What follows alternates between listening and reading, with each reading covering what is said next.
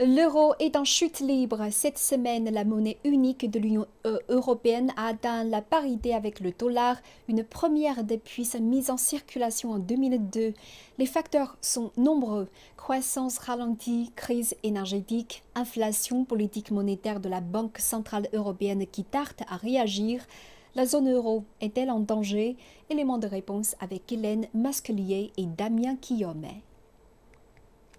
Une chute historique. Mardi, l'euro est tombé à 1 $, du jamais vu depuis l'année de sa mise en circulation il y a 20 ans.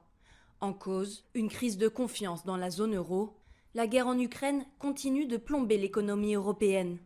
En mai, la Commission a revu à la baisse ses pronostics pour le PIB, 2,7% contre les 4% prévus. Croissance au ralenti, crainte d'une coupure des approvisionnements en gaz russe. Les investisseurs craignent la récession en Europe. Avec un euro délaissé, c'est le billet vert qui gagne en attractivité.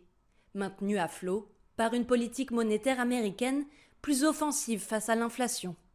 Aux États-Unis, la Réserve fédérale américaine a augmenté les taux d'intérêt, donc de 0,25 à aujourd'hui on est à 1,75%, elle va même continuer de les augmenter, alors que nous, dans la zone euro, malgré l'inflation, la Banque centrale européenne reste aveugle et sourde et ne veut toujours pas augmenter les taux d'intérêt. Donc finalement aujourd'hui, si on s'endette en euros à 0%, on peut placer instantanément en dollars à quasiment 2%. Donc on a un écart de taux d'intérêt sans risque, garanti, plus un effet change. Donc on gagne à tous les tableaux. Donc c'est ce qui fait qu'on va favoriser le dollar par rapport à l'euro. Cette nouvelle parité euro-dollar, une bonne ou une mauvaise nouvelle pour la France?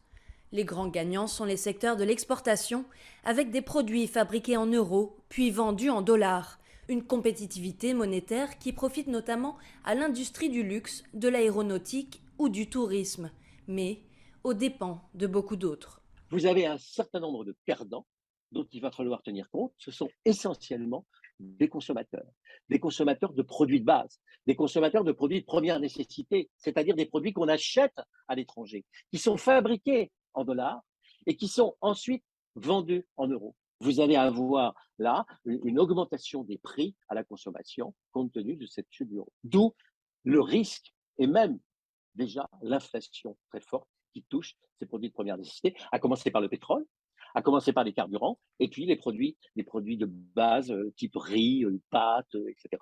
Et puis produits manufacturés, textiles, tout ce qui est fabriqué en Chine. Une dévaluation de l'euro qui va contribuer à la hausse des prix des produits importés, alimentant ainsi une inflation déjà très forte en Europe.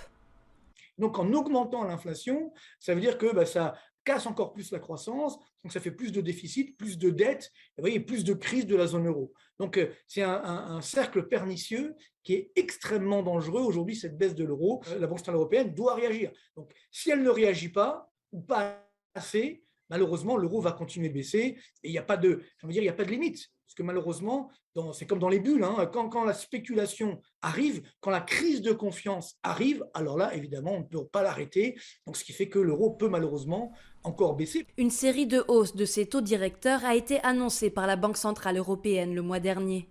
La fin d'une politique de taux faibles qui devrait déjà avoir un impact sur les taux de change. Mais la BCE pourrait être prudente par la suite.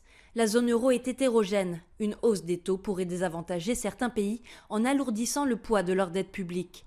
Une marge de manœuvre réduite pour une mission délicate, redonner sa force à l'euro sans provoquer une nouvelle crise des dettes souveraines à l'image de celle de 2011.